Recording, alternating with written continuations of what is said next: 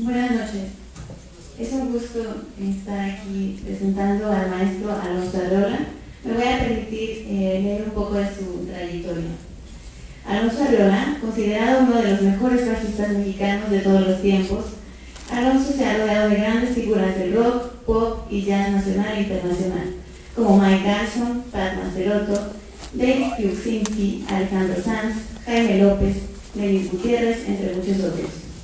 Sea como solista, como miembro de La Barranca, con su propio quinteto, o con los grupos que tiene actualmente, como lo son Arriola Carballo, Monocordio, Thriller, que contiene, junto a Trey Doan y Michael Mabry. Ha tocado en los principales festivales, incluidas 5 veces en el Vive Latino, y foros del país como el Auditorio Nacional, el Teatro Metropolitan, etc., así como en Portugal, Inglaterra, Argentina, Estados Unidos, Cuba, Francia, Uruguay, Costa Rica, Colombia, Paraguay y Japón. También ha musicalizado cortos como Monstruo y películas en vivo, así como proyectos literarios como Las Partículas Horizontales, junto al escritor francés Michel Houellebecq y otros multidisciplinarios como Arriola por Arriola, Bestias y Prodigios, en torno a la obra de su abuelo, el escritor Juan José Arriola, de quien también publicó un libro epistolar junto con su hermano. Como maestro, Alonso fundó el taller didáctico Lava, en el que imparte clases a más de 40 bajistas y ha dado conferencias y clases magistrales en diversas universidades e instituciones de México.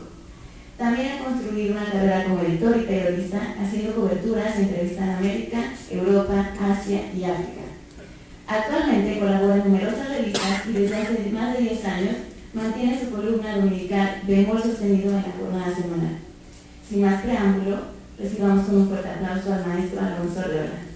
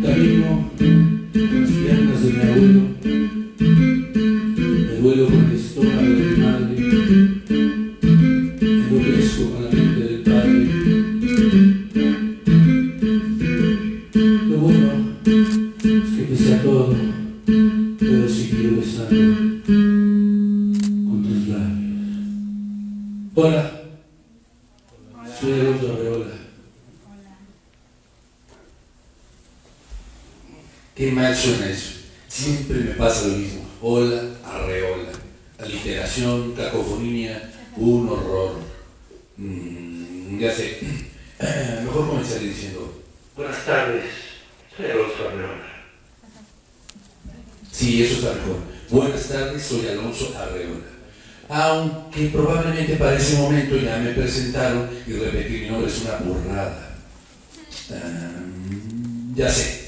Solo entraré y haré una inclinación medio japonesada, como de pianista de concierto. Y entonces sí, venga, a tocar una rola para ponernos en ambiente.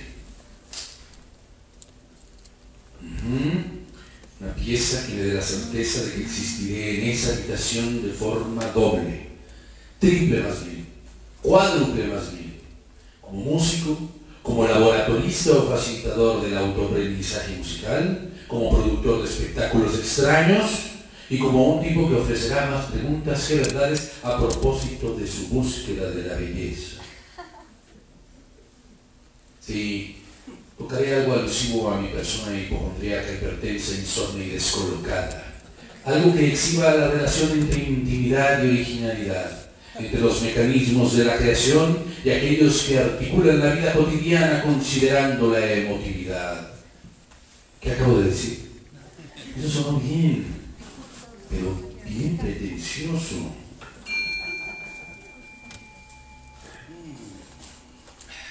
Dije, la relación entre intimidad y originalidad, entre los mecanismos de la creación y aquellos que articulan la vida cotidiana, considerando la emotividad.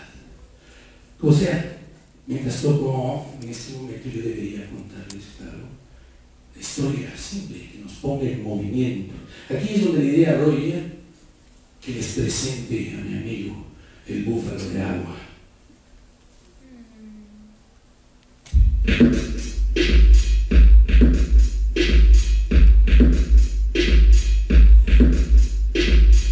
Cuando yo era niño, me escapaba todas las tardes al lote baldío que estaba en la esquina de mi casa. ¿Por qué? Porque allí vivía este individuo, el búfalo de agua. ¿Eso qué? Muchos íbamos a pedirle consejo. Niños, niñas, gente grande, mayor, enfermos, todos. La cosa era llegar temprano. Yo llegaba al borde de la palizada y entonces veía el pasto amarillento, crecido, moviéndose con el viento. Me podía investigar a la distancia y claro, de pronto veía aquel lomo negro palpitante, descansando en la distancia. ¡Búfalo! Lo llamaba yo, ¡búfalo! Y entonces el tipo se levantaba así como lentamente, con sus dos patas traseras, como diciendo, ¿qué hubo? Siempre se le paraba un pájaro en el testuz y se acercaba al borde de la palizada. Y claro, entonces sucedía el ritual de siempre. Podías preguntarle cosas del amor, del clima, de los negocios. Por fin Alejandra me hará caso, búfalo. El negocio con Ramiro nos llevará por buen rumbo. Mañana lloverá y podré cortar la cosecha. Era muy bueno escuchando. No hablaba, eso sí, no sé por qué, carajo. Los búfalos de agua son así, caminan de dos patas pero no hablan. Eso sí, siempre contestaba de la misma manera. Levantaba una pata apuntando a algún lugar en el camino.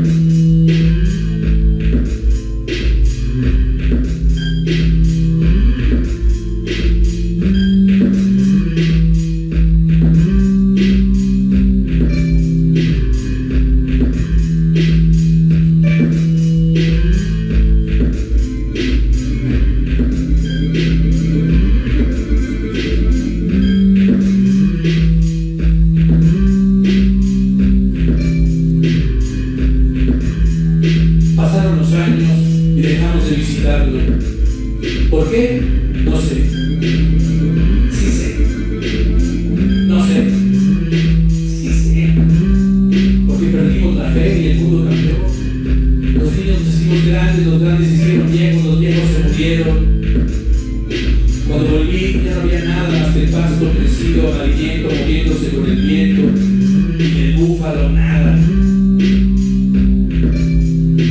Me hubiera gustado volver a verlo para dos cosas nada más. La primera, preguntarle cómo demonios tenía siempre la respuesta correcta a todas nuestras preguntas. La segunda, darle las gracias. Cada vez que seguí sus indicaciones, ocurrieron cosas maravillosas en el camino. ¿Por qué? Supongo que por el movimiento.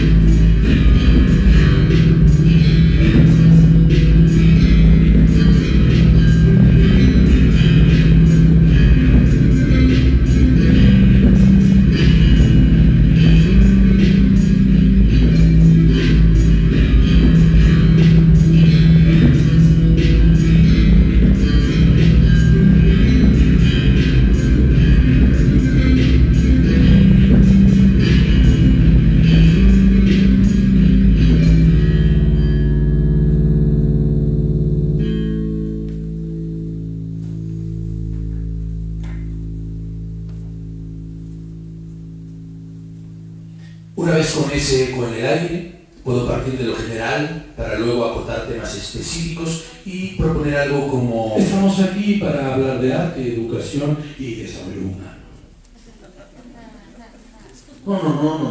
No. Mejor algo como: toda sociedad en donde el bien interesa más que el mal ha probado que con una formación artística es posible mejorar el desarrollo de los ciudadanos que la integran. Eso es un lugar común lleno de grietas, está horrible. Además, tuvo un acento político espantoso, justo cuando lo que falta son la voluntad política y las leyes que nos respalden. ¿Qué tal arrancar así? A veces me gusta pensar en el arte como hacían los alquimistas medievales. Ellos llamaban a sus discípulos aspirantes a hijos del arte. Se trataba de quienes aprendían a interpretar la simbología hermética que codificaba sus avances hacia la piedra filosofal dadora de oro y vida eterna. Oro y vida eterna. Eso funciona. No, hombre. La idea es atrayente, pero tremendamente sectaria y vertical y mamila. Es interesante en torno a la codificación y descodificación de mensajes, pero no en cuanto a la búsqueda de un bien colectivo a través de un arte de autor, actividad posterior al mundo medieval. A veces prefiero pensar en el arte como el artista chino Ai Weiwei. ¿Cierto? Me diría yo a Roger Montesar: todo es arte, todo es política. Esto nos lleva al poder del espectador, a su mirada, que inicialmente recibe al hombre en solitario, sin ayuda de exégetas o hermeneutas especialistas o iniciados.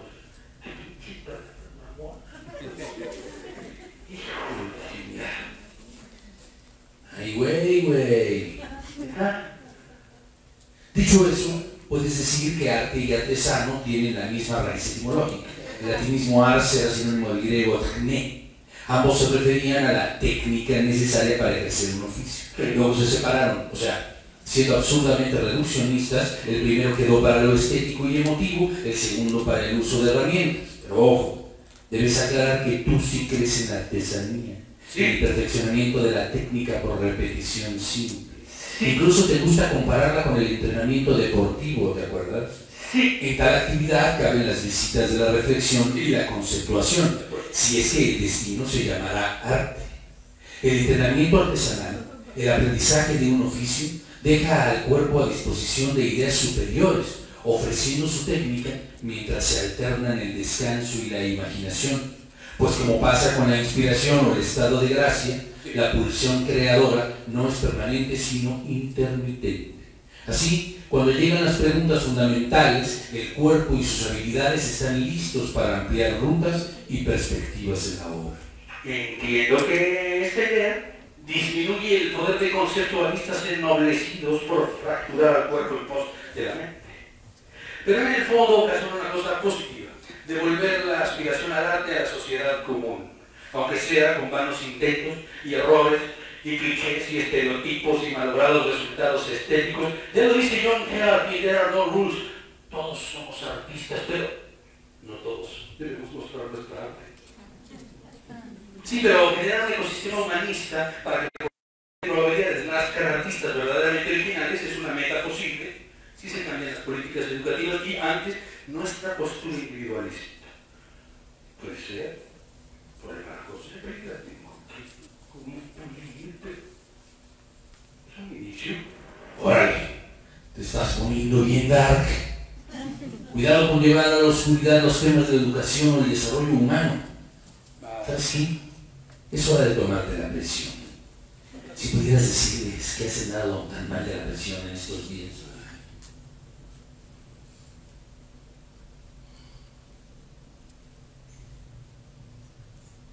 A ver, a mí lo que en realidad me interesa hablar es de esos espíritus que animan al arte e impulsan siempre a la educación, el movimiento y la belleza.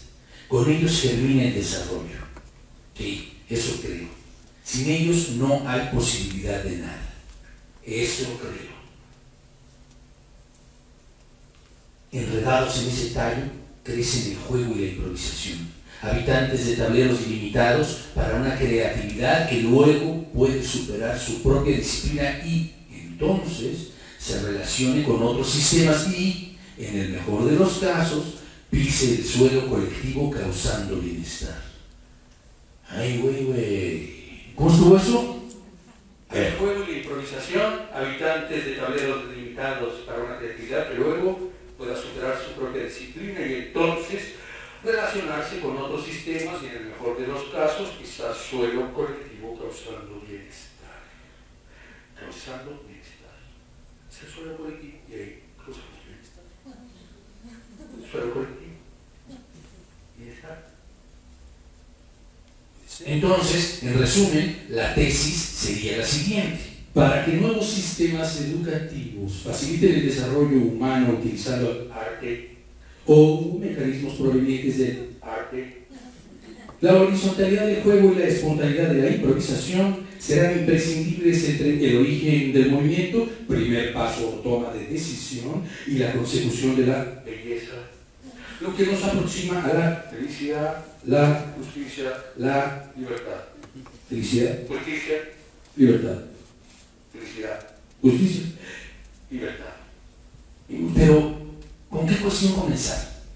Tal vez deba arriesgarme con el tema de la belleza, aunque sé que muchos de los asistentes pensarán que soy ingenuo, que la belleza es un obstáculo para la apreciación de procesos, que es la culpable del confort, del negocio y hasta de la mediocridad. Sin embargo, yo no me referiré a esa belleza convertida en accesorio. Tengo que ir al baño. Sí.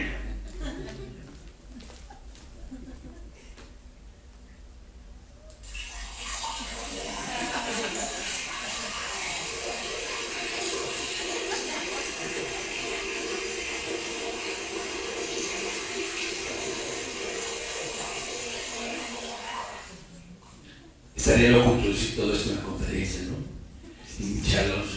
Al final solo eres un aspirante a creacionista, te sientes como Vicente Huidobro, cabrón. Al final hasta darías un brinquito, ¿no? A ver. Ya. Por un principio de orden, deberías comenzar con el movimiento, para entonces terminar con la belleza. Aquí le pedirás a Roger que meta la ruta. Esa, la de el poder de los límites, la vulnerabilidad, la creatividad, el juego, la improvisación, la transdisciplina. Es así. Primero, el movimiento.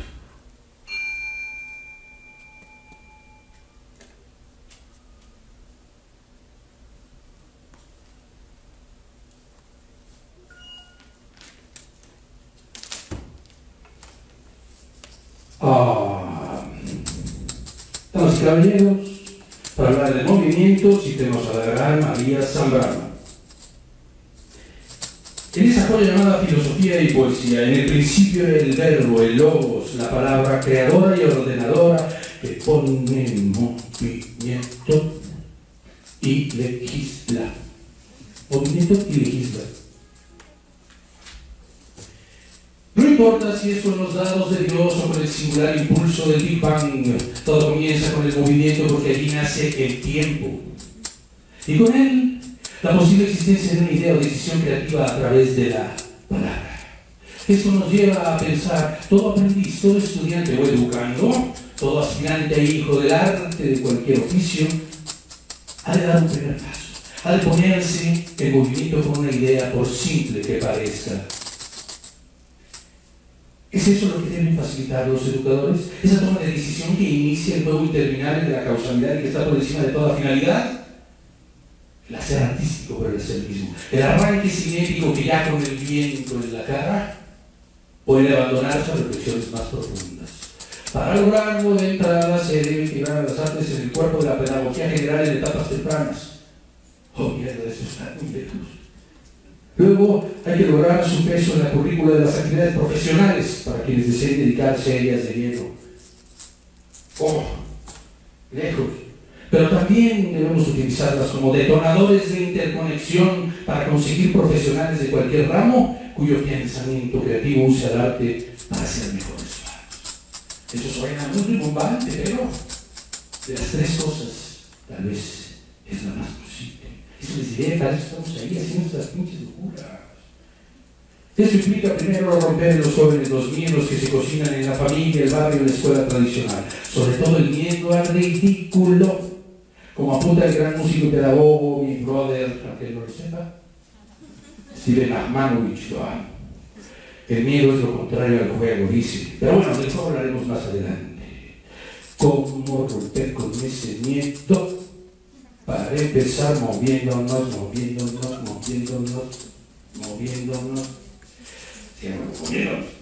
Tomando decisiones aunque no tengamos la total certeza de nuestro rumbo. A menos.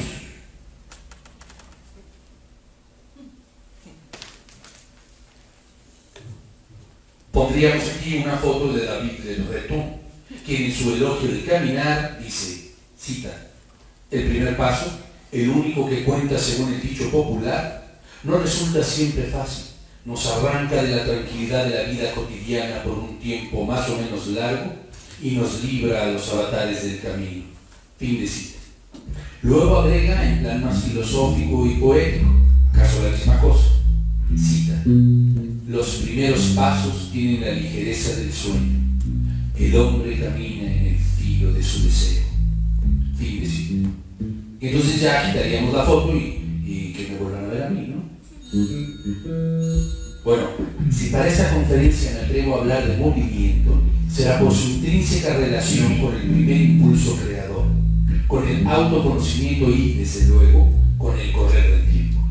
Le Breton dice también, pensando en el tránsito como la vida misma, cita, el caminar es un modo de conocimiento que recuerda el significado y precio de las cosas, un rodeo fructífero para reencontrar el goce del acontecer. Podríamos decir que tal movimiento es, entonces, un reencuentro con nuestro ser interno que vuelve a valorar el cruce de dificultades largas, en lugar de tomar atajos que evitan la confrontación, la detención del pensamiento que con su pausa fortalece a la inteligencia. Pero lo que también plantea ese movimiento que proponemos hoy tiene que ver con alcanzar las cosas que nos importan del mundo para, empatando su velocidad, sentirnos temporalmente estáticos, produciendo conjeturas, observaciones y reflexiones valiosas. Si pensamos en la paradoja de Aquiles y la tortuga planteada por Zenón, veremos que el tema del movimiento no siempre tiene que ver con una meta o victoria. Sea en la rapidez o en la lentitud, su premisa fundamental yace en el tiempo. Por ello dice Le Breton, cita, el caminante no elige domicilio en el espacio, sino en el tiempo. El caminante es el artista del tiempo que pasa. Fin de cita. Y eso, pues definitivamente, lo pondríamos en pantalla.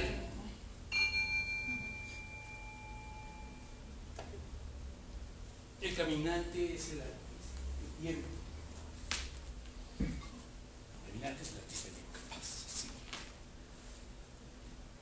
No se trata entonces de observar pasivamente a los insulsos que pisan el acelerador en su competencia y carrera hacia el éxito, tantas veces productiva a base de una violencia con su entorno, sino de aproximarse a ellos desde otros senderos, inyectando preguntas trascendentales al sistema. Si el mundo está tan mal, creo, también es porque los irreflexivos actúan en chinga antes y más rápido que quienes valoran la empatía y los derechos ajenos. Los procesos mentales y las consideraciones teóricas de pronto se han quedado quietos sin cambiar el mundo. Así es. Esto nos lleva a lo planteado por Johann Hirsch. Ahí en Tiempo y Música dice: el presente es la única dimensión del tiempo que nos da una cita real con el mundo. Actuar solo es posible ahora, pero mientras deje pasar el presente sin actuar no cambiará absolutamente nada en el mundo. Luego la filósofa suiza nos habla de ese pequeño instante eterno que llevamos arrastrando y que por lo mismo no transcurre nunca de todo, pues como dijera Octavio Paz en El arco y la liga, no es el tiempo sino nosotros los que pasamos. Es así que nuestros enemigos de los espacios de creación del conocimiento, dejando a un lado a sociópatas y egoístas, son la postergación, la procrastinación, la pereza, la simulación de dinamismo a través de redes virtuales que sin moverse avanzan por cables del aire, sepultando la sensación del cansancio físico. ¡Ah! El cansancio físico, el único que triunfa en la lotería de la noche y su descanso. En tal sentido, el movimiento me parece esencial, el hacer. Sí, es verdad lo que dice Descartes. Pienso, luego existo. Pero este pensamiento no es estático ni extático. Es inicio dialéctico, es promesa de acción, civilidad que transformará su entorno a través de acciones concretas y puntuales. Nada mejor que el arte para experimentarlo. Debería hablar de todo ello. Llevo un mes durmiendo muy mal. O comienzo tarde el sueño o lo termino demasiado temprano. No hay forma de una restauración completa. Es como si el castigo, el sacrificio y la autoflagelación fueran la ruta hacia la meta, hacia el paraíso. ¿Cuál paraíso, cabrón? Me refiero a los 60 minutos posteriores a una presentación, sea musical o pedagógica o literaria, o sí, para ello he nacido. Para ese breve lapso en el que mi cuerpo y mi mente aterrizan luego de un viaje exploratorio. Pero eso a quién le importa, carajo. No puedes salir con esas tonterías producto de tu angustia crónica. Ponte serio, o de menos tócate algo en el bajo de ahí. No más porque sí, por el puro movimiento de los dedos. ¿No dicen algunos que hasta el caos puede ser hermoso y replantear el orden? Hagamos caos, pues.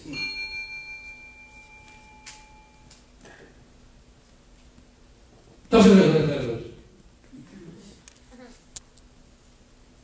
a ver.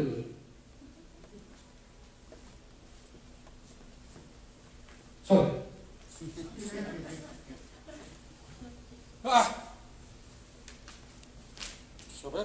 Sobre. Vos.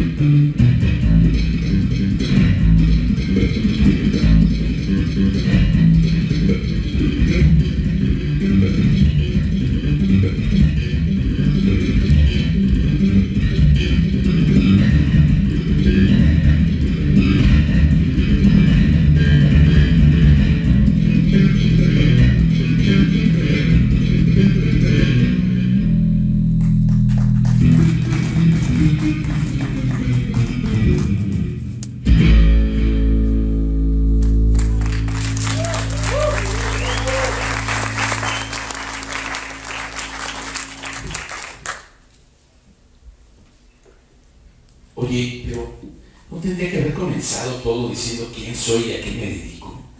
Se supone que lo harán a presentarme, supongo, pero aún así, ¿no? Y si les digo que tengo un laboratorio de bajistas desde hace 14 años, que he dado conciertos, conferencias y clases magistrales en muchas ciudades del mundo y que he sido por los 2 últimos años director pedagógico para Iberoamérica de una plataforma de educación musical en línea de Francia, y si les digo que estudié literatura, pero me faltó un año para terminarla por una famosa huelga de la UNAM, en cuyo periodo me contrataron como editor de una famosa revista de música y que entonces comencé a publicar en muchos medios impresos y a tocar en muchas bandas y si les digo que el bajo soy autodidacta desde los 13 años. ¡Pero fatal! Quita eso, cabrón, quita esa madre. Es que frente a esa audiencia me sentiré un terrorista de la pedagogía. No, supongamos que por este invitaron, cabrón. Tal vez, aunque seguro habrá gente muy metida en el conceptualismo y yo soy como un guerrillero que un día se hizo maestro a base de pelearla, obligado a crearse un método para enseñarse a sí mismo a través de un obsesivo intento integrador. Otra vez con tus payasadas, ya. Mira, mejor comparte lo que haces todos los días, de lunes a sábado, además de escribir los textos que publicas en la jornada y de ensayar con tus bandas y crear tus proyectos escénicos, ¿ok? Hay algunos apoyos pedagógicos en los que crees profundamente. La conseguiría a través de la adaptación del conocimiento general al individuo por medio del juego. Diles, anda. Bueno, ok. En mis talleres me involucro con las personas. Hago consejería también, coaching, alumnos, así los llamo, son alumnos de laboratorio, conejillos de indias, tanto como yo, alumnos. Y por ello conozco aspectos detallados e íntimos de sus vidas. La idea es adaptar conjuntamente la teoría musical y la técnica instrumental a su espíritu, su cuerpo y su entorno real. Sí. Ahí va. Más o menos. Intente. Ya. ¿Y qué más? ¿Qué más? Diles. A partir de preceptos generales probados por gente que yo a lo largo de la historia, me ha parecido recomendable, pero hasta cierto punto. Que el canon y los dogmas pongan grilletes al ser individuales o no es aceptable, pues acaba con la generación de nuevas mentalidades, con la originalidad del cuerpo que se niega a moverse fuera de sus inercias. Una cosa es la mente, la cosa es el cuerpo y sus inercias. Ahí hay originalidad. El tipo, cada uno. Eso es importante. Sí. Sí. Eso no se me debe olvidar. Siempre le digo a quienes estudian conmigo que el error no existe si el impulso fue correcto. Que en mente y cuerpo sufrimos inercias de nuestra especie y de nuestra cultura, lo que se manifiesta en una suerte de supervivencia protectora. De pronto este dedo no quiere seguir la orden que le exijo a través de mi sistema nervioso central, pero es porque rompo con la simetría y la seguridad que luego evitará que me caiga de las escaleras o me atropellen. De la misma forma, los paradigmas mentales sustentan un avance sin descarrilamientos, manteniéndonos a salvo en repeticiones sistémicas que nos han sido heredadas desde nuestra primera respiración. Eso sonó bien, güey. Entonces debo ingresar al concepto de juego. Es en el juego donde nos permitimos entrar a nuevos sistemas y reglas, aunque sea momentáneamente, para cambiar resultados y mecanismos del pensamiento. En ellos hay límites. Otro de mis mantras, el poder de los límites, el poder de los límites, el poder de los límites, el poder de los límites, el poder de los límites, el poder de los límites. Saludos, tamales. Sí, para impulsar ejercicios creativos utilizo múltiples juegos que involucran dados, antifaces, relojes de arena, pesas de gimnasio, patitos de hule, muñecos de peluche, tableros, ejercicios dramáticos, cualquier cosa que incentive el nacimiento de una voz libre, que otorgue sentido a la teoría y al cuerpo en un contexto sorpresivo. Ese es uno de mis fundamentos triangulares: mente, voz, cuerpo. Tengo muchos mantras triangulares. Amo los triángulos como contenedores de información. Timbre, tesitura y peso, entorno academia e individuo, etc. Pero el de mente, voz, cuerpo fue el primero. Le tengo cariño al cabrón. Correcto. Explicaré entonces que el negocio pedagógico no es el de cobrar por impartir información teórica, para que luego se ejecute públicamente en un instrumento, dejando en el estudiante la responsabilidad de su adaptación y utilización en la vida. No. La inclusión de la voz personal en esta dialéctica abre una puerta de confianza en donde sí utilizamos escalas, acordes, ritmos, movimientos, melodías, improvisaciones, dinámicas, intenciones, interpretaciones, etc. Pero en relación con intereses, preocupaciones, problemas o excitaciones de la vida cotidiana, familiar, social, espiritual, psicológica, sexual, allí caben todas las digresiones y desvíos. Todas.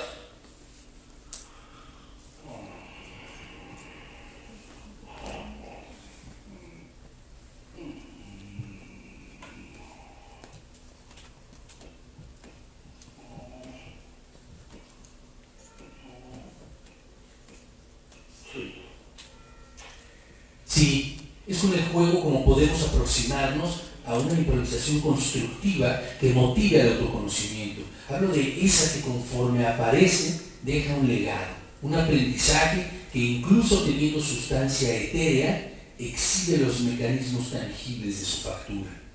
Ojo, agregarás entonces que por todo ello precisamente al graduar a tus alumnos en la fiesta que haces anualmente, no todos salen con las mismas habilidades manuales en tanto técnicos o profesionales o artesanos, sino con cierta transparencia estructural, con la habilidad de dudar, de tomar un rumbo en su autoaprendizaje y de saber que la vulnerabilidad sentimental, la honestidad ante sus pares, los hace poderosos para un cambio positivo del entorno. Ay, tú, pinches francesotas. Eso de los años de la poesía, bájale tantito, vida. ¿Y qué no son lo mismo? Poesía, filosofía e incluso música. Los tres despiden aromas similares, dan rodeos de sopilote para engullir su materia prima. Por cierto, aquí debes hablar de la improvisación, ya sabes, movimiento más improvisación, más belleza.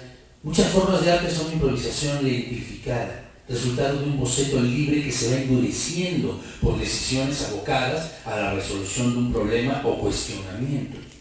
A esa improvisación nos referiremos, ¿verdad? Efectivamente.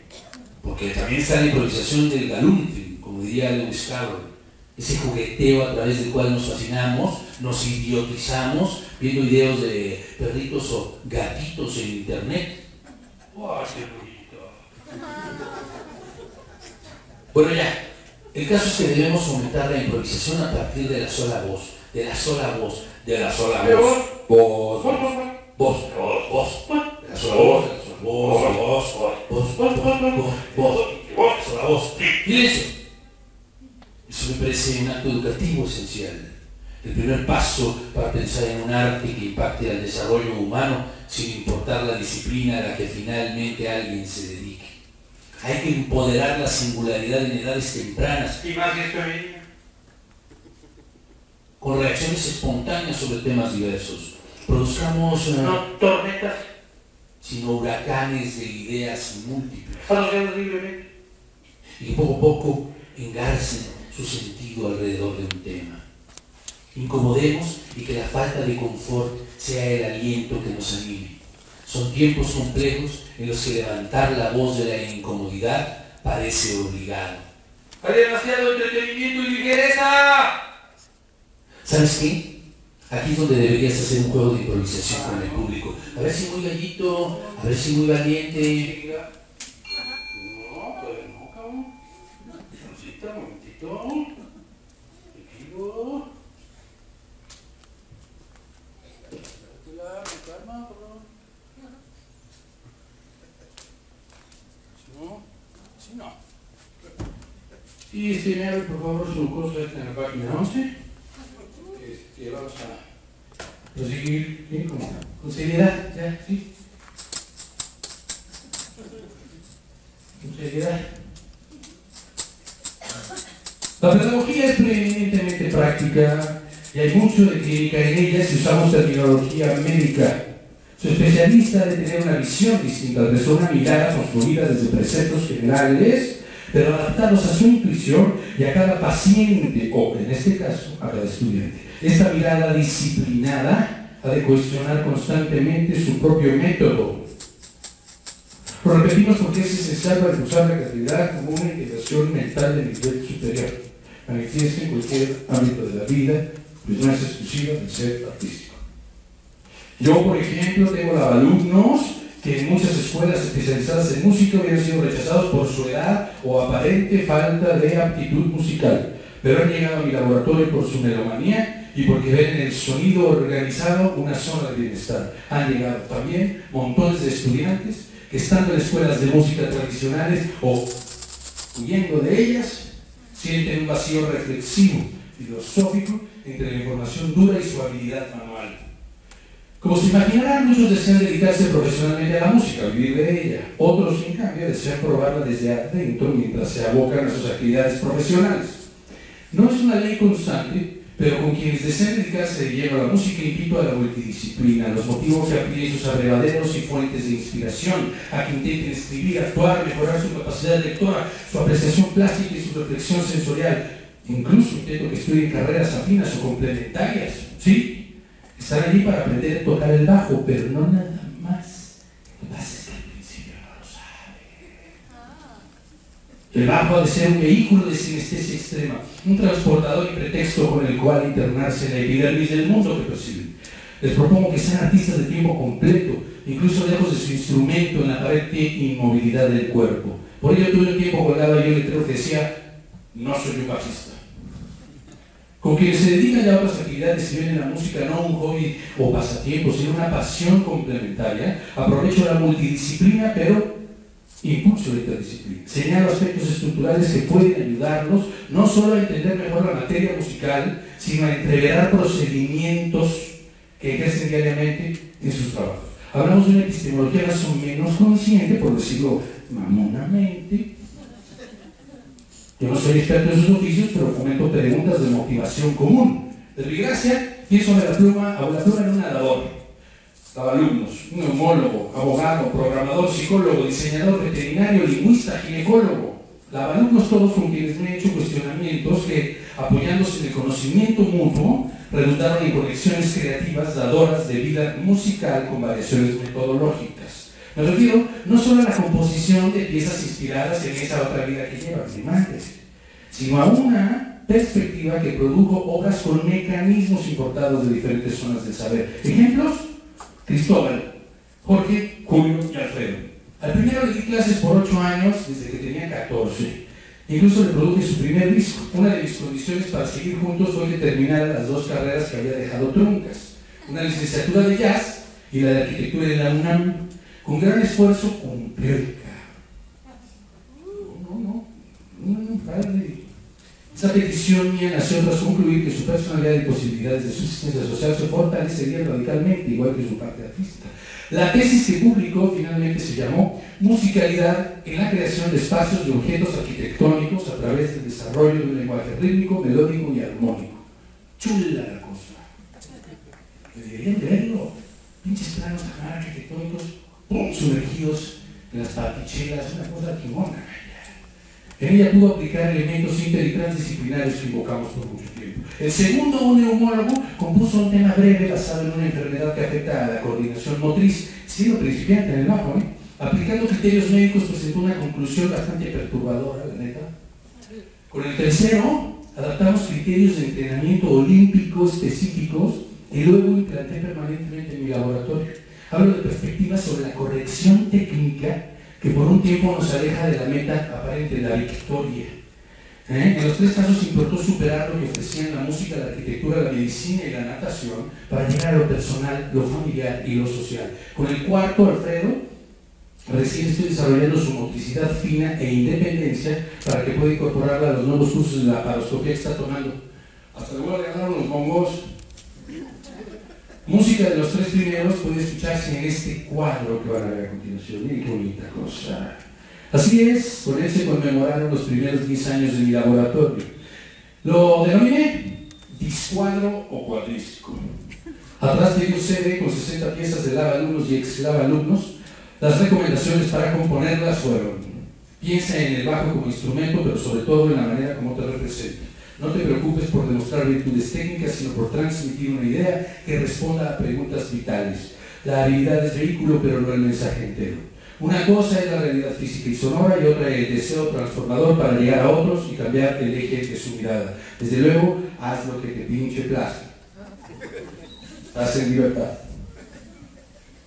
Aquí les voy a poner una pieza de Sofía, que me encanta. La pieza. Sofía es amiga, ex alumna y asistente de producción mía en todas mis locuras desde hace más de 10 años. Estudió letras clásicas, brillante, chica chida.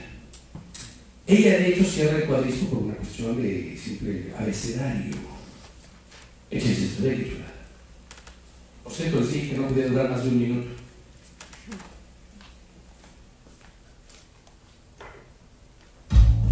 Voy a esperar. Empezar a cantar hasta que mi voz no hable. Prender un cigarro para ayudarme un poco. Esperar la señal del gallo para asegurar un buen comienzo. No, esperaré la siguiente hora del grillo que frota sus patas con la nostalgia que gusta. O estaré aquí sentada hasta ver qué hacer, pero ansiaré tu despedida. Para entre cenizas, volver a la espera.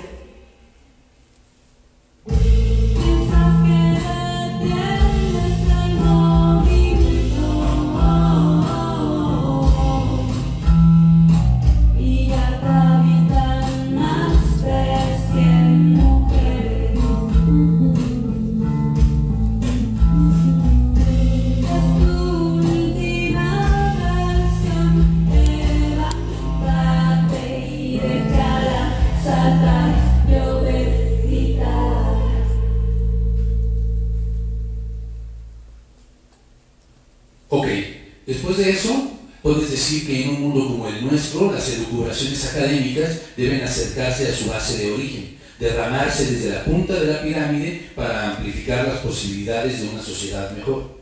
Esto implica que la fulgurante inteligencia de quienes cuestionan y reestructuran procesos de aprendizaje también se sensibilice, parta de la otredad y la alteridad poniendo en una balanza que incluso parezca traicionar sus razonamientos sobre el arte mismo. ¿Qué es mejor? ¿Una artesanía asequible como primera semilla que después crezca y se refine? ¿O una sofisticación automática que reduzca las posibilidades de que la mayoría escale montañas de belleza? ¿De verdad no puede convivir la ortodoxia de la técnica en dibujo, música, danza y teatro con las ideas más avanzadas de la instalación, el minimalismo, la abstracción y lo no figurativo? Desde luego, hay que mostrar la posibilidad de que los mecanismos para el funcionamiento interno de las artes se aprovechen en la inter, multi y transdisciplina.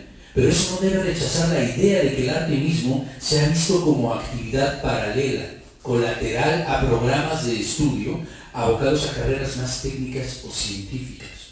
Con ello, si bien no estaremos en la formación de artistas o profesionales del arte, sí haremos surcos para un sembradío que tendrá una inteligencia emocional y una educación sentimental diferentes, allí donde los andamios artísticos incrementen el bienestar social, exigiendo el trabajo en conjunto, la disciplina, la tolerancia a la frustración, la planeación, el ordenamiento y la exposición de ideas, los procesos de autoaprendizaje y ejercicios creativos alternativos. Una cosa que he intentado desde la apertura de mi laboratorio para bajistas es la de darle a los estudiantes herramientas para el autodidactismo. Hablamos de aprender a aprender a través de análisis, cuestionamientos y comparaciones para privilegiar la deducción y la inferencia. Para que esas preguntas funcionen como detonadores de conocimiento colectivo, es importante afectar, cuestionar y replantear las conductas cognitivas. Pues si tú, no, muy cabrón, ¿no? Todas tus cosas, ¿no? Te vas a tener que recortar ahí, fíjate. ¿Cómo te vas a aclarar exacto con esto? No soy ningún experto en terapias conductuales. Lo cierto es que para producir una actitud de autoaprendizaje será necesario establecer patrones nuevos con respecto a la manera como enfrentamos nuestras dudas y curiosidades. Esto es, ¿cuál es nuestra postura mental ante una pregunta inesperada? Algo que me ha resultado útil en los procesos de enseñanza individualizada es que lo principal para responder preguntas, sean de cualquier orden, lo mejor será realizar otras, con conceptos implicados en la duda original. Entiendo que pensar en la educación individual como base de una educación artística colectiva parece inapropiado, pero en el fondo no es así, puesto que todo conjunto de personas está formado por individuos con historias propias que filtran, criban, limitan o expanden su aprendizaje.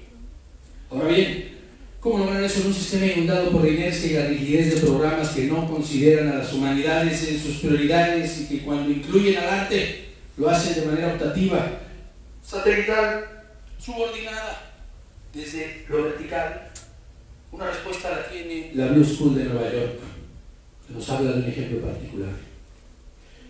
Al desarrollarse a lo largo de todo un periodo escolar la pregunta ¿qué es el poder?, esta terminó terminando en un festival abocado al activismo de Harlem. Luego de pasar por la guerra civil, el racismo, la migración, la música, la comida, etc. Ellos se basan en el dominio académico a través del pensamiento creativo y la inteligencia emocional como oposición a la escuela tradicional, obvio basada en la memorización. ¿Y no vas a hablar de neuromusicología y de neurolingüística y de neuroarte?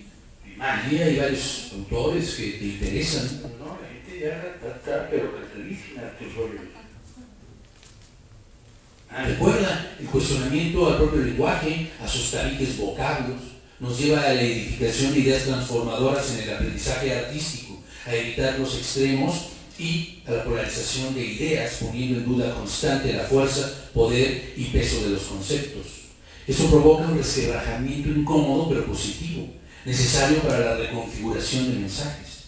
Si toda pregunta es iniciadora de movimiento, toda incomodidad también. Y ya lo dijimos antes, nos referimos al movimiento entendido no solo como aquel que proviene de la mecánica corporal o la técnica artística, sino del pensamiento que serpentea en los laberintos de las preguntas y las respuestas.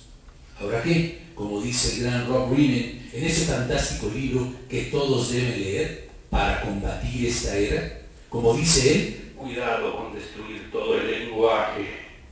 Hablando de Rob Riemann, fundador del Instituto Nexus, iniciativa holandesa realmente destacada en el mundo transdisciplinario, vale la pena decir que, como hemos mencionado antes, estas visiones o miradas parten del humanismo, de la aceptación de que quien está en un aula es una persona con sentimientos que intenta comprenderse y expresarse. Otra cita de él. La educación de hoy ya no está dirigida a formar el carácter de las personas para ayudarlas a vivir y crear belleza, a permitir que la justicia se lleve a cabo y a transmitir cierta sabiduría.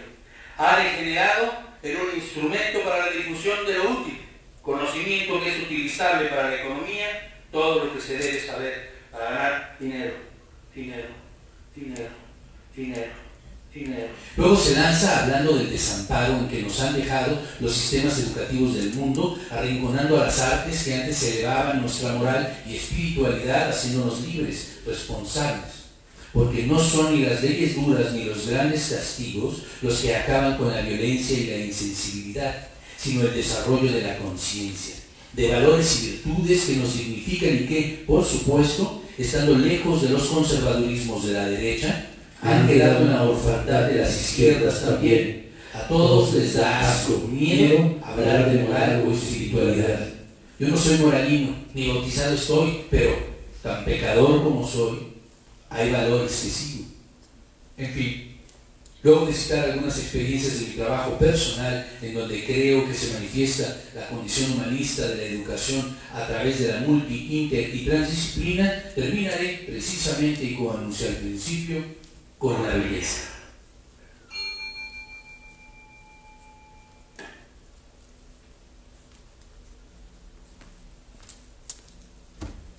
Si me hacen el favor, la 16, por favor.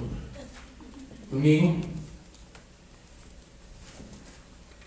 Epígrafe de Václav Nicolescu, que todos conocen, la mayoría. Disciplina, interdisciplina, pluridisciplina y transdisciplina son todas como flechas de un mismo arco, el arco del conocimiento humano. Hace unas semanas estaba yo en el Festival Cervantino presentando un espectáculo que me comisionaron a propósito de rap indígena y que bauticé Rosetta, Y bueno, resolverlo en el escenario supuso el diálogo musical y artístico, pero sobre todo cultural, lo que obligó a ensayos, que no son ensayos convencionales, pero que son los mejores ensayos. Me refiero a conversaciones de conocimiento social, político y religioso que yo deseaba contemplar por ausencia o presencia en el propio espectáculo. Como adhesión al repertorio preexistente, propuse que escribieran sobre la mujer. Solo uno de los raperos era mujer, gay, y había pasado por todos los abusos imaginables. Estuvo bien chido, muchachos. En el mismo festival, días antes, fui invitado por los Leones de la Sierra de Jichú, algo así como los Beatles de Huapango Arribeño, para crear una pieza contemporánea que dialogara con su tradición. Crearla supuso encuentros en los que Vincent Velázquez y yo intercambiábamos lenguaje específico de nuestras disciplinas, baile, literatura, improvisación y música, pero sobre todo conocimiento holístico a propósito de experiencias sociales, pedagógicas, familiares e incluso muy íntimas. Todo surgió a partir de este juego facebookero.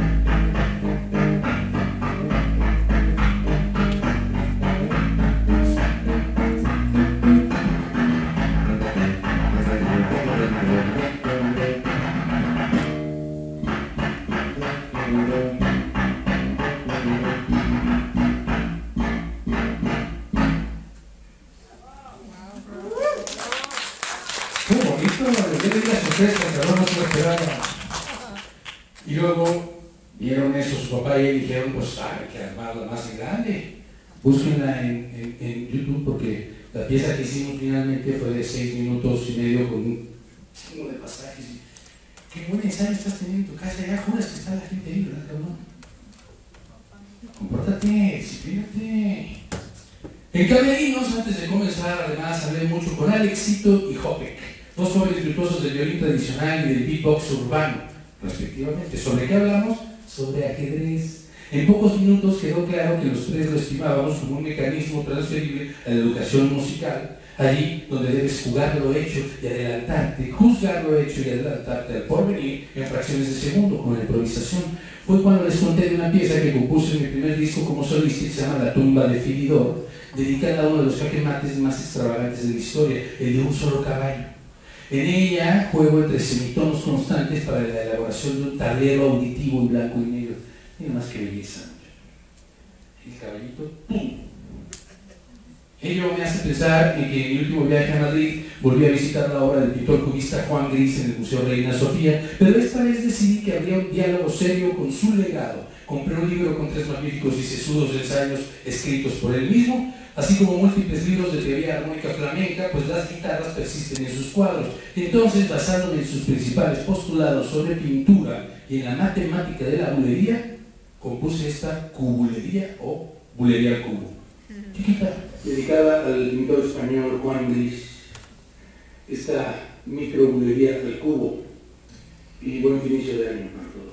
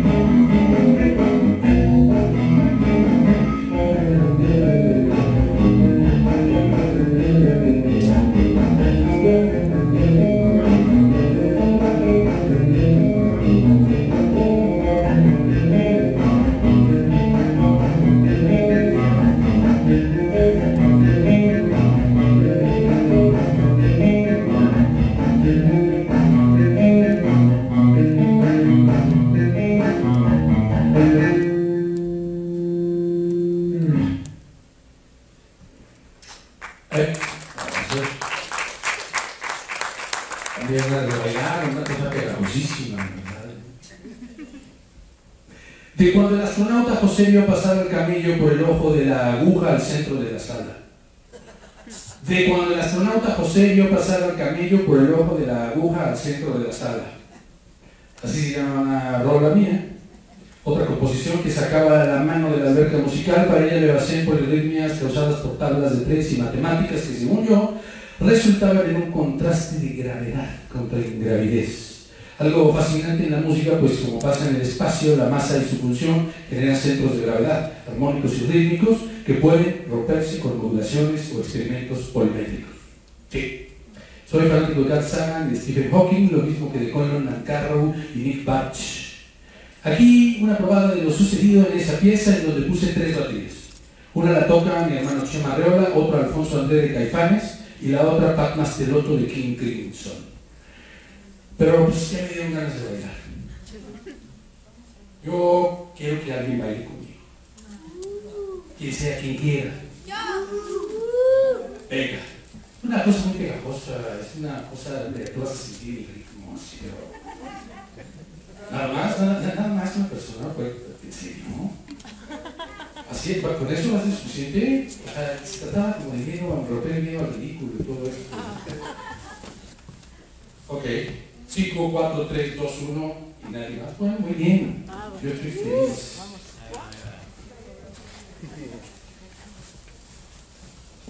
Ayuda.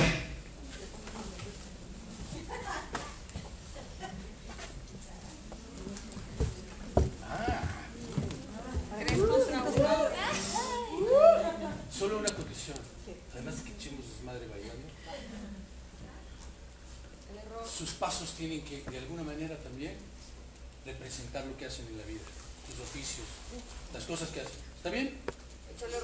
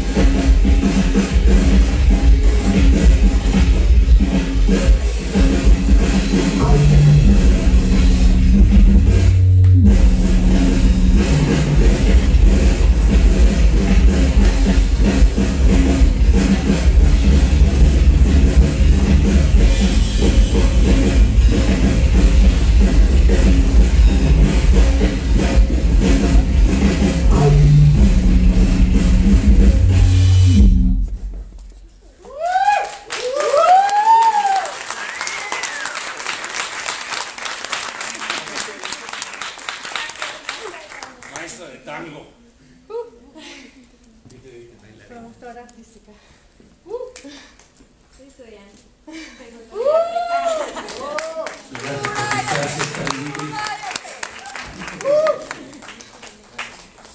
Pueden pasar a sus lugares, por favor.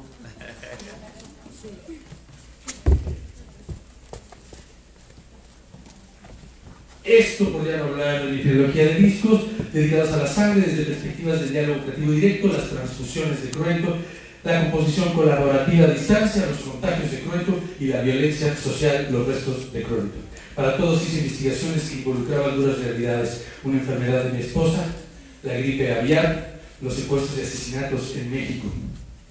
O ese libro disco que me pidió editar la Casa Hogar para Niños con VIH Ser Humano, con la cual trabajé varios proyectos. Lo llamamos Humano, demasiado humano, por Nietzsche, claro está, para conmemorar el primer caso de SIDA en México. Cumpliéndose 30 años de aparecido, involucré a 10 escritores, 10 músicos y 10 niños enfermos, cuyas pinturas se relacionarían en su contenido.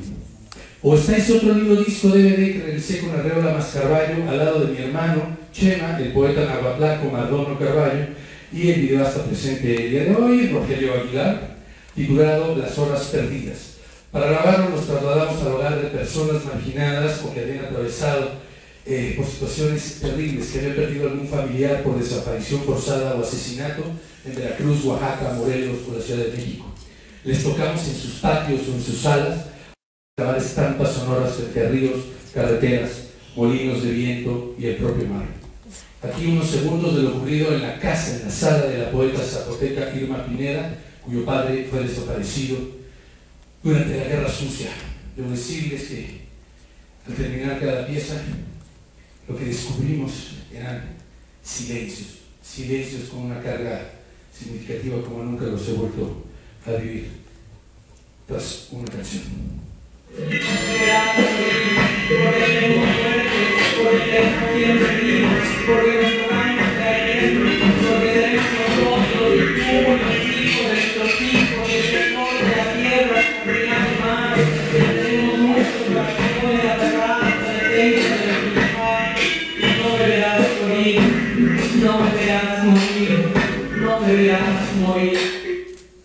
Otros ejemplos escénicos. Hace 10 años me junté con el célebre autor francés Michel Houellebecq para la creación de un montaje donde él leería poesía, yo la musicalizaría y en pantalla estarían sus traducciones. Lo hicimos en la Ciudad de México y en Oaxaca. El asunto fue complejo porque nació tras una lenta construcción amistosa a larga distancia, allí donde se hablaba por email de muchos temas alejados a nuestras disciplinas, pero que las condicionaban. Temas que luego tratamos en persona y que dieron cauce a la puesta escénica, el turismo, la enfermedad, los perros, el cigarro, el sufrimiento creador. Aquí una probada del gran Michel Houellebecq con nosotros. Il y a eu des nuits où nous avions perdu jusqu'au centre du combat. Seul dans la plaine immense, nous l'avions mal au bras. Il y a eu des nuits incertaines et très denses. Comme un oiseau blessé, au fond de l'atmosphère, avant de s'écraser sur le sol du chemin. Con el año pasado, el gobierno de Costa Rica me pidió diseñar y dirigir un espectáculo dedicado a Chavela Vargas para 20.000 personas en la Plaza Máximo Fernández. No pensé inicialmente en quiénes serían los invitados y cuál el repertorio. Había que justificar el hecho desde una perspectiva social, pues allá es tan querida como odiada. Fue así que un espectáculo se convirtió en 3 actividades: exposición con objetos e información que explicaba su recorrido vital, conversatorio con quienes la conocieron y quienes fueron influenciados por ella, y el concierto en sí, con un guión que incluía altas dosis de cabaret y video, afectados por el resultado de las investigaciones previas en torno a Chavela. Esta combinación causó que la selección de artistas y de canciones tomara rumbos inesperados, consiguiendo, creemos, un sentido más atractivo y reflexivo que cuestionaba qué es la nacionalidad, qué es la sexualidad, qué es la amistad, qué es la interpretación musical, qué es la complicidad artística. Ahí, bueno, estaban Teta de Libertad, André Echeverría de Terciopelados, la Marisol de la Santa Cecilia, Gaby Moreno de Vinova, a los Macorinos, los guitarristas de Chavela y también a Marisol Gacé para que hiciera la parte de cabaret. Ahora bien, en los 3 espectáculos que he montado en años recientes en torno a la obra escrita de mi abuelo Juan José Arreola, no solo he combinado disciplinas que se inoculan unas a otras, desde lo multi, lo inter y lo trans, literatura, actuación, música, cine a mano, performance, lectura en voz alta, pintura. Además persisto en las preproducciones y ensayos de condición humanista. No se trata de elaborar un producto, sino una solución que regale muchas preguntas para la colectividad y consecución de la belleza. Esta es una probada de lo que monté en el Teatro de Gollado de Guadalajara.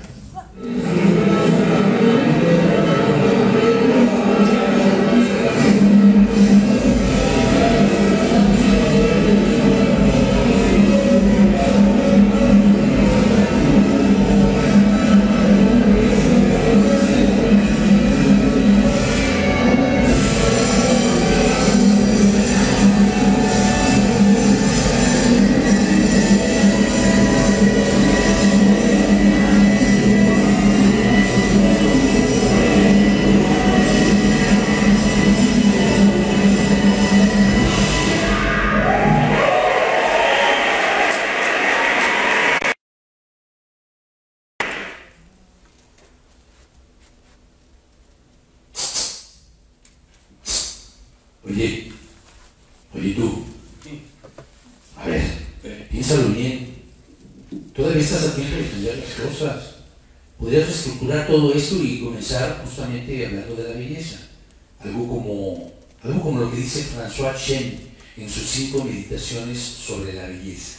La unicidad transforma cada ser en presencia, y esta, a semejanza de una flor o de un árbol, tiene constantemente el tiempo a la plenitud de su esplendor, que es la definición misma de belleza. ¿Sí? No. Tal vez. No hay marcha atrás. O volviendo a la gran María Zambrano, entiendo por utopía la belleza irrenunciable. Más vale condescender ante la imposibilidad que andar errante perdido en los infiernos de la luz. Los infiernos de la luz. Por eso es que ni el exceso de profesionalismo ni el exceso de pensamiento duro alcanzan para capturarla. Hay bellezas que deben flotar propiciando estímulos, sin ser diseccionadas o, sobre todo, sin ser juzgadas en una tabula rasa e inaccesible. Pensemos en la frase aquella de Bertrand Russell: la felicidad no existe, pero buscándola se puede ser feliz. Tal es el poder del movimiento que usa al arte para lograr belleza. Ya lo dijimos, hablamos de una belleza compleja, no de la que estandariza al mundo con estereotipos, sino de aquella que adquiere relevancia por la pregunta que responde y la singular manera como la responde. En el intento honesto de su autor puede cumplirse algo que aporte brotes nuevos a nuestra realidad, aunque su llamamiento inicial sea la pura atracción, la sospecha, la intuición o el cumplimiento de un canon. Ahora bien, si el arte es poco reconocido dentro de la priorización de los saberes contemporáneos, es porque hemos permitido que se relacione con un stardom system que ha rebajado a la belleza al servicio del entretenimiento. Eso podría llevarme a los otros subtemas que me atormentan, por ejemplo, el de las industrias creativas o los mercados de arte, porque claro, volviendo a François Chen, cierta forma del mal procede precisamente del uso terriblemente pervertido de la belleza. Bueno, ya déjate de citas, carajo. Tu conferencia va a parecer revista de peluquería. Digamos que el sistema se ha sofisticado para descansar en los hombros de los artistas la enorme responsabilidad de hacerse visibles, no ante audiencias nuevas, sino ante algoritmos y robots virtuales que valoran su estancia e impacto en un mundo digital que pocas veces brinca al mundo real. Las disqueras, verbigracia, ya no negocian con músicos, sino con creadores de sonido. La constitución o integridad de dicho sonido es irrelevante. Se agregan 40.000 títulos al día en las plataformas. Las televisiones inteligentes están siendo colgadas en las paredes para reproducir pinturas clásicas, y el cine en casa, unido al Internet de las cosas, va colapsando el movimiento de nuestros cuerpos, y por ello va transformando para mal la búsqueda de la belleza en su estado más orgánico, cuando la belleza es una percepción desinteresada de algo que nos hace aspirar a ser mejores. La belleza es un efecto unificador que genera colectividad. La belleza es la unión de elementos de significado que generan una estructura superior, llevándonos hacia un futuro diferente. En conclusión, a través de las artes debemos propiciar un estado emocional que aprecie la belleza, pero a través del movimiento activo y no solo de la contemplación o la conceptuación. Así cuestionaremos la homogeneidad y estandarización de una globalización hija del capitalismo y el poder económico. Piensa, es más fácil venderle cosas a una sola mentalidad colectiva que a millones de singularidades. Pero nosotros debemos impulsar la originalidad desde lo más íntimo, como dirían los hindúes. Cuenta cuál era y contarás el mundo. No. Siempre sales con eso. ¿Sabes qué? Ya despídete.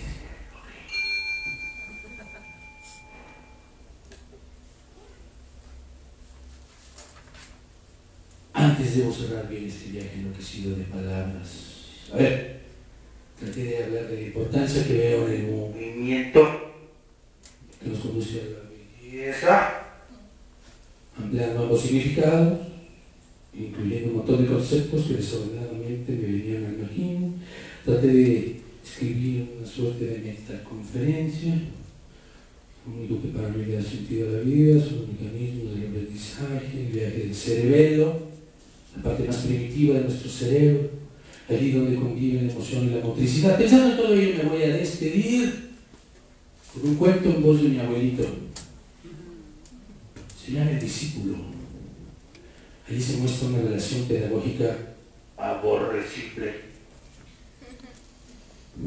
pero también la confianza en ciernes de quien se fortalecerá a partir de sus miedos y su vulnerabilidad, puliendo emociones más allá del arte.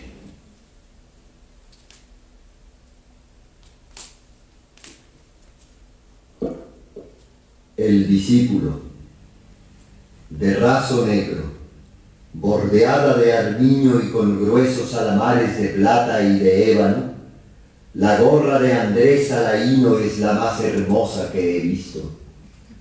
El maestro la compró a un mercader veneciano y es realmente digna de un príncipe. Para no ofenderme, se detuvo al pasar por el mercado viejo y eligió este bonete de fieltro gris. Luego, queriendo celebrar el estreno, nos puso de modelo el uno al otro. Dominado mi resentimiento, dibujé una cabeza de Salaíno lo mejor que ha salido de mi mano. Andrés aparece tocado con su hermosa gorra y con el gesto altanero que pasea por las calles de Florencia, creyéndose a los 18 años un maestro de la pintura.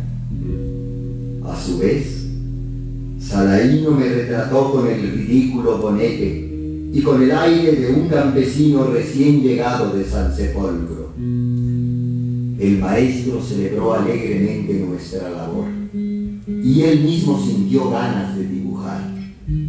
Decía, Salaíno sabe reírse y no ha caído en la trampa. Y luego, dirigiéndose a mí, tú sigues creyendo en la belleza. Muy caro lo pagarás. No falta en tu dibujo una línea, pero sobran muchas. Traedme un cartón. Os enseñaré cómo se destruye la belleza. Con un lápiz de carbón, trazó el bosquejo de una bella figura, el rostro de un ángel, tal vez el de una hermosa mujer. Nos dijo, mirad, Aquí está naciendo la belleza. Estos dos huecos oscuros son sus ojos. Estas líneas imperceptibles, la boca. El rostro entero carece de contornos. Esta es la belleza. Y luego, con un guiño, acabemos con ella. Y en poco tiempo, dejando caer unas líneas sobre otras, creando espacios de luz y de sombra, hizo de memoria, ante mis ojos maravillados, el retrato de Gioia. Los mismos ojos oscuros, el mismo óvalo del rostro, la misma imperceptible sonrisa. Cuando yo estaba más embelesado, el maestro interrumpió su trabajo y comenzó a reír de manera extraña. Hemos acabado con la belleza, dijo. Ya no queda sino esta infame caricatura. Sin comprender, yo seguía contemplando aquel rostro espléndido y sin secretos. De pronto, el maestro rompió en dos el dibujo y arrojó los pedazos al fuego de la chimenea. Quedé inmóvil de estupor. Y entonces, él hizo algo que nunca podré olvidar ni perdonar. De ordinario tan silencioso, echó a reír con una risa odiosa, frenética. ¡Anda, pronto! ¡Salva a tu señora del fuego! Y me tomó la mano derecha y revolvió con ella las frágiles cenizas de la hoja de cartón. Vi por última vez sonreír el rostro de Gioia entre las llamas. Con mi mano escaldada lloré silencioso, mientras Alaíno celebraba ruidosamente la pesada broma del maestro. Y sigo creyendo en la belleza. No seré un gran pintor, y en vano olvidé en San Sepolcro las herramientas de mi padre. No seré un gran pintor, y Gioia casará con el hijo de un mercader. Pero sigo creyendo en la belleza. Trastornado, salgo del taller y vago al azar por las calles. La belleza está en torno de mí y llueve oro y azul sobre Florencia. La veo en los ojos oscuros de Gioia y en el porte arrogante de Salaíno, tocado con su gorra de abalorios. Y en las orillas del río me detengo a contemplar mis dos manos ineptas. La luz cede poco a poco y el campanile recorta en el cielo su perfil sombrío. El panorama de Florencia se oscurece lentamente, como un dibujo sobre el cual se acumulan demasiadas líneas. Una campana deja caer el comienzo de la noche. Asustado, palpo mi cuerpo y echo a correr, temeroso de disolverme en el crepúsculo. En las últimas nubes creo distinguir la sonrisa fría y desencantada del maestro que hiela mi corazón. Y vuelvo a caminar lentamente, cabizbajo, por calles cada vez más sombrías, seguro de que voy a perderme en el olvido de los hombres.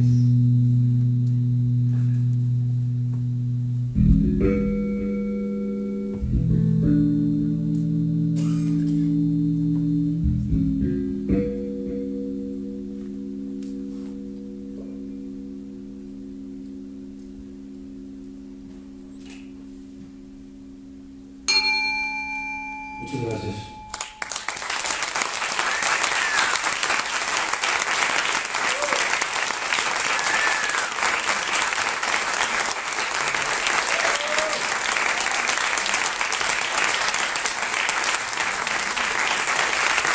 gracias por el dinero que tenía esta lecturita que preparé específicamente para ustedes y que nunca había hecho.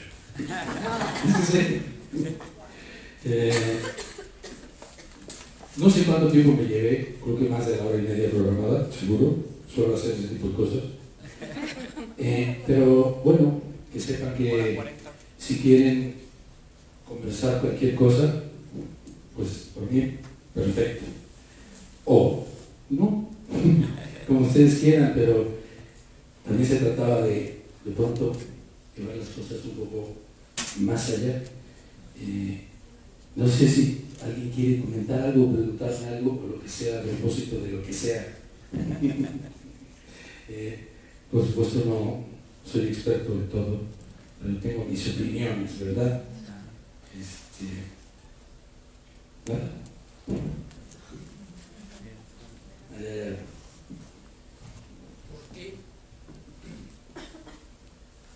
¿Por qué menciona tanto Sí. las carreras de los médicos? Etcétera, etcétera, que dijo con Ahí te va, sí. Tiene dos respuestas. Una, que mi abuelo materno era médico. Dos, que tengo amigos médicos por casualidad. Tres, que se han acercado bastantes médicos a mi laboratorio. Pero la neta,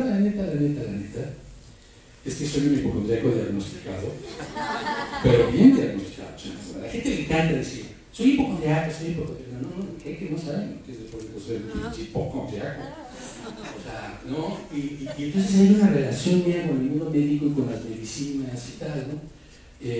Esos tres discos de Trueto, pues en realidad están muy relacionados con enfermedades, con padecimientos, con cosas de los cuales he tratado de curarme y alejarme haciendo arte, pero digamos como enfrentando el asunto.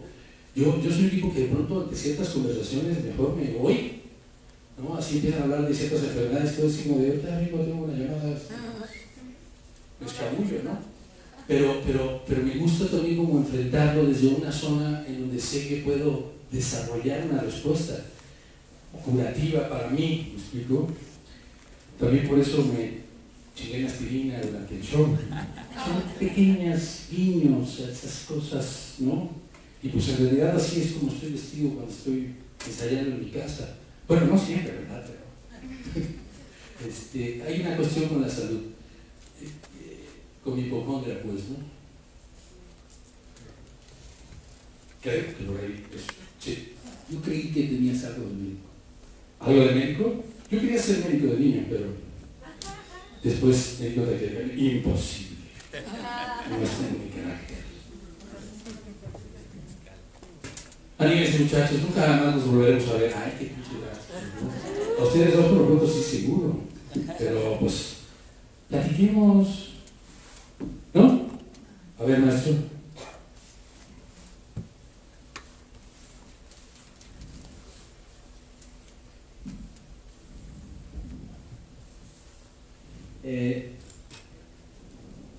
En sí el arte pues es un campo que se presta mucho para el juego, la improvisación, como comentabas, y hablabas también sobre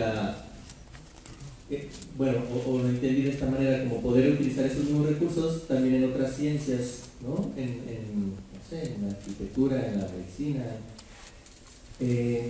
Para nosotros quizás los que nos dedicamos al campo artístico es de pronto ciertamente accesible incorporar la improvisación, el juego, la creatividad, la transdisciplina. Pero ¿cómo poderlo hacer desde otros perfiles como ciencias duras u otro tipo de disciplinas? Mira, la verdad es que yo desde hace muchos años, desde luego no tengo la gran respuesta ni nada.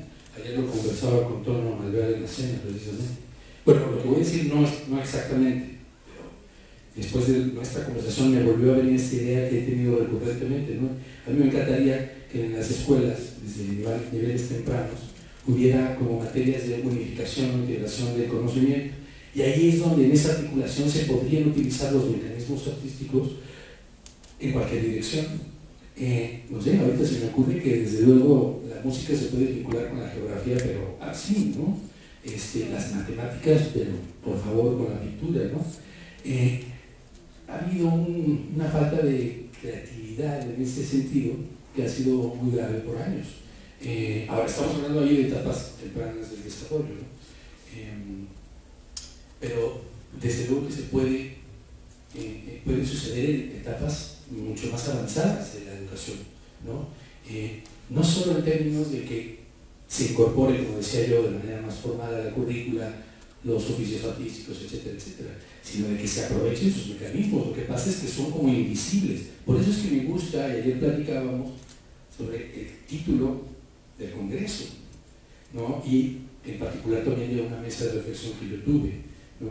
Estamos hablando de algo que está detrás de lo evidente, ¿no? Como tú dices, que desde hacemos arte, pues podemos con mayor facilidad de pronto involucrar, encadenar disciplinas, etcétera, etcétera. Pero es que hay pasos anteriores. Eso es un poco lo que trataba yo de compartir con lo de mis proyectos, ¿no? Hay pasos anteriores al arte mismo que pueden ser aprovechables. Estamos hablando de esqueletos, ¿no? Que todavía no tienen la carne. Estamos hablando de modelos de pensamiento, de estructuras mentales que debemos de fomentar precisamente para que exista una inteligencia más holística, ¿no? Más integral. Suena fácil decirlo, es dificilísimo, ¿no? Pero bueno, hay que conversarlo y hay que hacer esos esfuerzos y sobre todo presionar para que se convierta en iniciativa no solo de gente como la de este instituto. A mí me parece increíble estar aquí haciendo esto, hablando de esto, ¿no? Es verdad que hay otros esfuerzos, pero necesitamos presionar para que se convierta también en políticas públicas y llegue a otra dimensión, ¿no?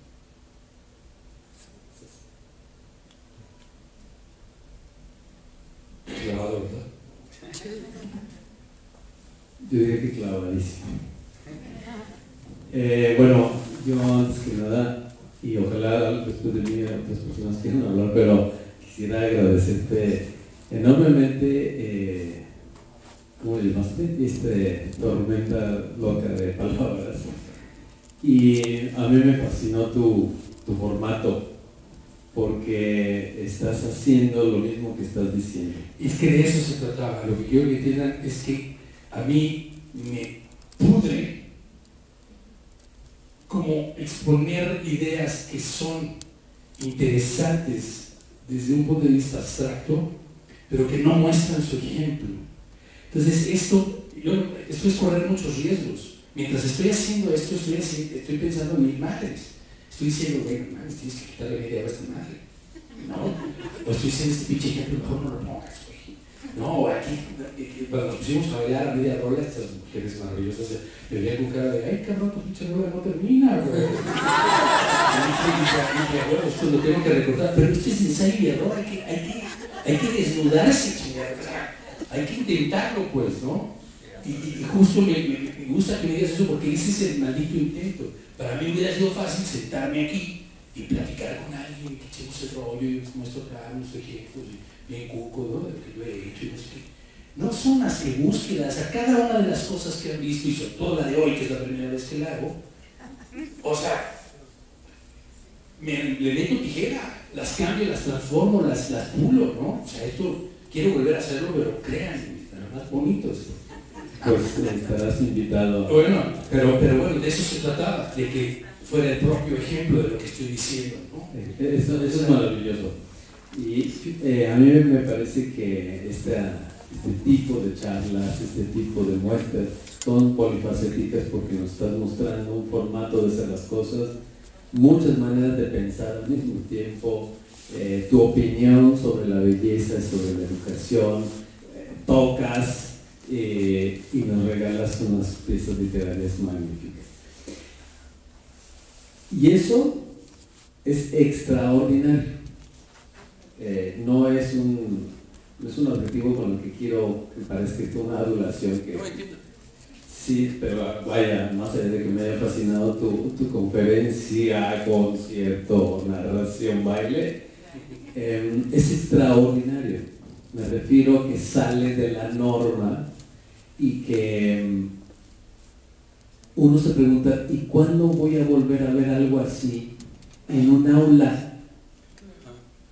Entonces, a mí me preocupan, las instituciones cada vez me preocupan menos, porque cada vez las veo más aquilosadas, ¿no? Sobre todo cuando hay mucha gente que quiere cambiar las instituciones, tienden a restringirse.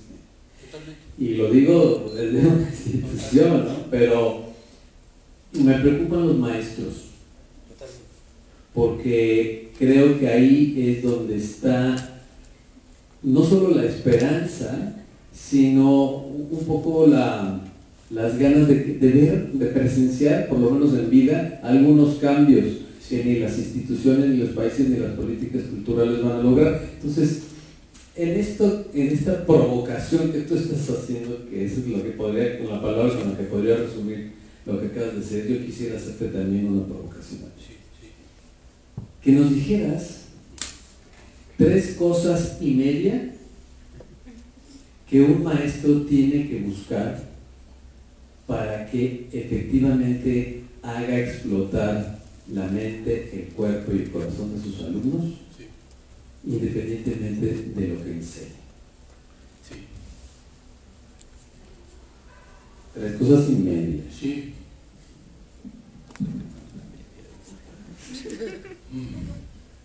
Lo hago todos los días y pienso mucho en eso.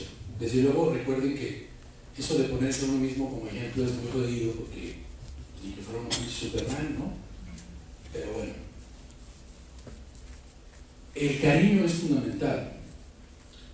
Parece una cuestión muy romántica, pero tiene que haber un lazo sentimental con los alumnos, sea una cuestión colectiva o personal.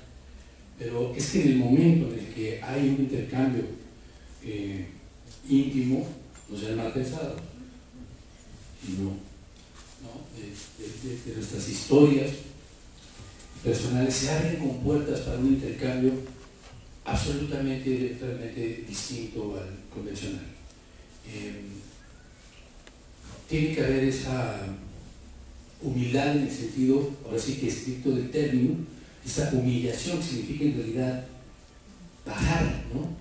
Olvidarse de una idea vertical, esa sería como la segunda cosa, es ponerse uno en el punto de vulnerabilidad del otro también. O sea, yo conozco muchas cosas de mis alumnos, pero es que ellos también conocen muchas cosas mías muy personales.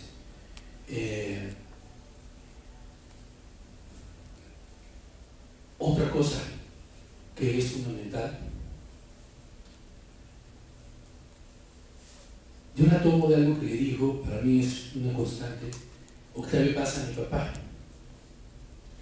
Mi papá tenía una librería en la calle de Guadalquivir, en la colonia Cuauhtémoc, se llamaba Arreglarte. No vendía nada, pero iban todos los escritores que se puedan imaginar ahí a echar desmadre. Había libros de arte muy bellos y tal. Y bueno, ahí estaba en la misma calle donde vivió Octavio Paz. Mi papá una vez se atrevió y le dijo: oye, Octavio, quiero dar unos poemas.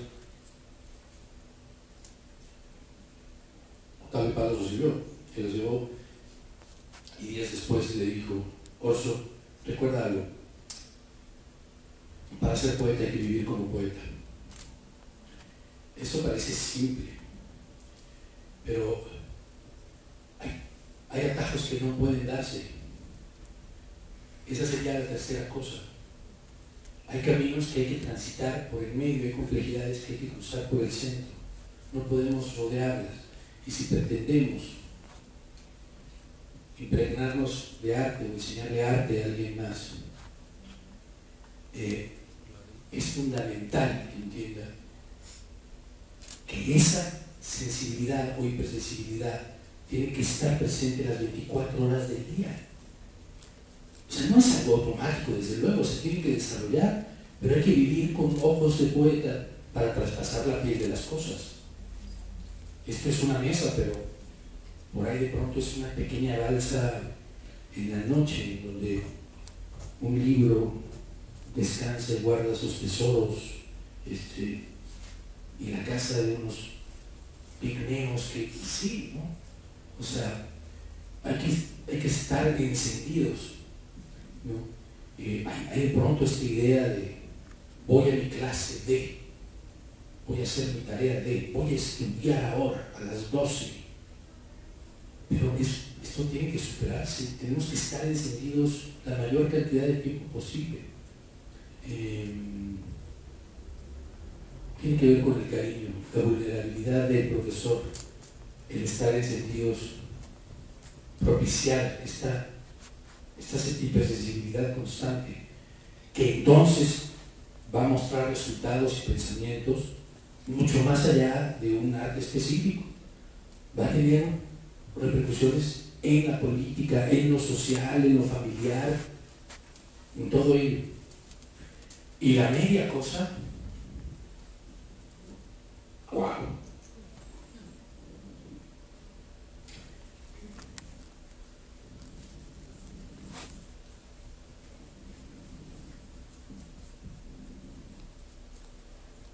Esa es la inversión del tiempo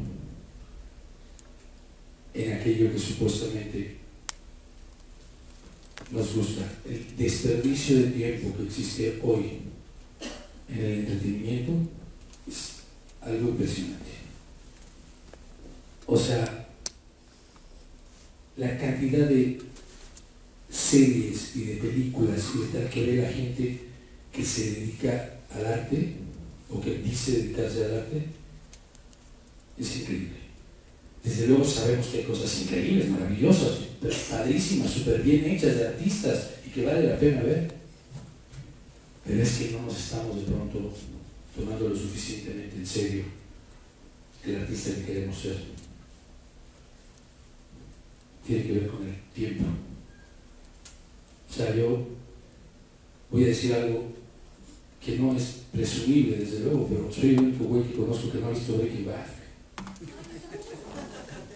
O sea, no estoy diciendo que eso esté padre o no, pero, ¿sabes? Luego me dicen, es que, güey, ¿cómo es posible que no esas cosas? Te lo estoy diciendo desde hace meses, pues sí, no le quieres salir con la de, güey, es que, o me pongo a tocar y hacer mis cosas y a desarrollar y tal, y a otros abrevaderos que también son importantes, ¿no? O sea, no es que salga solito el arte, solo tiene que estar ahí, pero de pronto pasan meses y no he ido al cine, ¿no? Sí veo otras cosas, tal, pero hay una cosa, digamos, alquímica, que es la ley de la equivalencia. El dando y dando, ¿te acuerdas, James? El dando y dando. ¿Cuánto le das a esto y cuánto se te va a regresar, ¿no?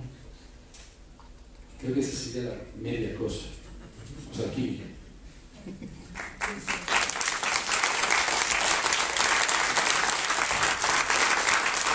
¿Cómo voy a repetir todo lo que estoy diciendo así? O sea, que no es otra así. Güey, no más, o sea, normalmente dices cosas un poco más, ¿no? Y el maestro. ¿Qué onda? Gracias, a mí me parece un acto. Me parece, bueno, siempre he pensado que el acto pedagógico es un acto performático y esto es una corroboración extraordinaria. Debo confesar que estoy conflictuado con la palabra belleza y el término de belleza y este viaje, incluso hacia ciertos caminos recorridos hace muchos años, en torno a la relación del arte y la belleza. Es un comentario que no la tengo resuelto, es decir, es una discusión que en ciertos sentidos se había trascendido, pero claro, le das también otro tipo de enfoque. Eso nada más quería dejarlo sentado, ¿no? El conflicto que tengo. Entiendo perfecto, porque además hay una cosa, perdón, esta digresión, pero por eso cito a Rob Riemann en el sentido de que hay discusiones que son, pues, de pronto ya caducas, superadas, pero que me parece necesario volver a traer al presente, como a ella, a otros individuos, porque justo porque nos parece como una cosa tan sobrepasada ya, entonces se deja de lado muchísimo, y sobre todo en etapas pedagógicas importantes, no tanto en ciertos niveles, ¿no? Sino en ciertas etapas del desarrollo artístico, en donde vale la pena que se vuelvan a cuestionar eso, porque de pronto se lo dejan de preguntar. Perdón por la interrupción. No, está bien, y me parece a la vez muy interesante que plantees dentro del acto mismo las contradicciones, también en el sentido de pronto hablas también de la importancia del proceso.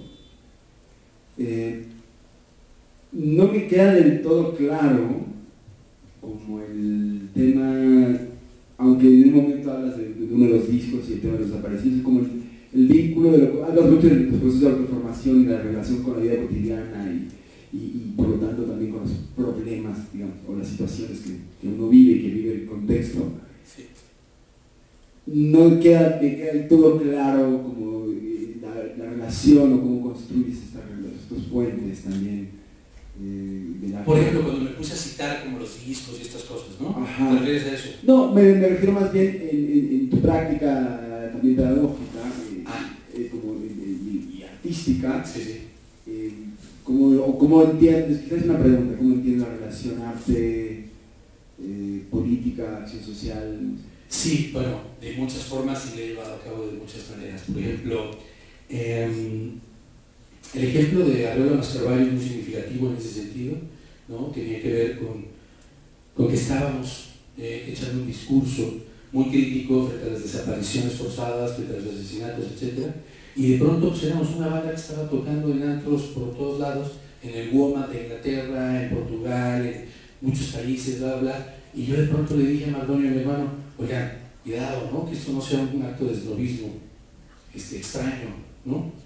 Acá con el poeta Náhuatl y los otros dos güeyes así, su onda bien rockera. No, o sea, estamos hablando de esto, tenemos que vincularnos de nueva cuenta con estos contextos, tenemos que ir a enfrentarlos, porque si bien los conocemos de cerca, no hemos cerrado ese círculo. Artísticamente en mis proyectos, ahorita no profundicé en ello, porque pues, sería demasiado extenso el asunto, pero son investigaciones largas, son procesos de visita y de generar lazos muy particulares, ¿no? Cuando hago cosas ya con los alumnos, es fundamental este proceso cariñoso del clave, que se convierta en algo realmente más profundo, ¿no? Que tiene que ver con todo aquello que es su vida y cómo podemos hacer que esto, que es su vida, se vincule con la técnica y la teoría musical y con el desarrollo de un instrumento como vehículo de esas cosas. Por eso hablo de la mente, voz y el cuerpo. Esa es la parte más difícil. Yo me doy cuenta, llegan a mi casa muchas gentes con conocimientos previos, que han ido a escuelas, que han ido a muchos lados, que saben algo, pueden tocar, pero tienen un vacío de pronto muy grande porque no hay vínculo de ese conocimiento con quienes son ellos en una serie de parámetros diferentes, como seres sociales, políticos, familiares, etcétera, etcétera. Entonces, en cada caso es diferente, pero lo llevo a cabo justo respetando las reglas intrínsecas de cada proyecto. Pero estoy diciendo una cosa muy extraña porque no son reglas, la naturaleza de cada proyecto. Allí es donde se desata no un procedimiento estandarizado que yo repito en cada caso, sino las propias reglas de ese proyecto. ¿Me explico? Llámese un alumno, ¿no? O llámese un concierto o algo como lo que pasó hoy aquí, ¿no? Entonces, sé que hay vaguedad en lo que digo, pero también la pregunta es demasiado gaseosa, ¿no? No hay como un patrón que siga yo al respecto. Lo cierto es que no basta la primera respuesta, la respuesta inmediata, el saber hacer algo, saber producirlo y presentarlo, sino siempre vincularlo con otros niveles de significado, ¿no? No quiero clavarme de más, estoy realmente intentando buscar cómo responderte eso, pero no tengo una fórmula. Es algo que cambia en cada caso y situación y contexto. Yo sé que esta última situación ya fue como una aplastante, así como de vamos a cenar. Pero bueno, Toño. No, nada más por el respeto de la gente que tal vez se tenga que ir, sí. Los que quieran quedarse a dialogar, pero sí quisiéramos, antes de que otros fueran emigrando, darte un reconocimiento y un aplauso muy fuerte que tú mereces. Gracias por la vida.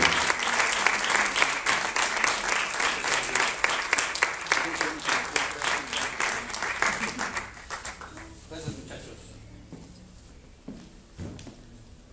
Por cierto, les voy a regalar un disco. ¿Qué quieren? Acá. Este lado. Acá.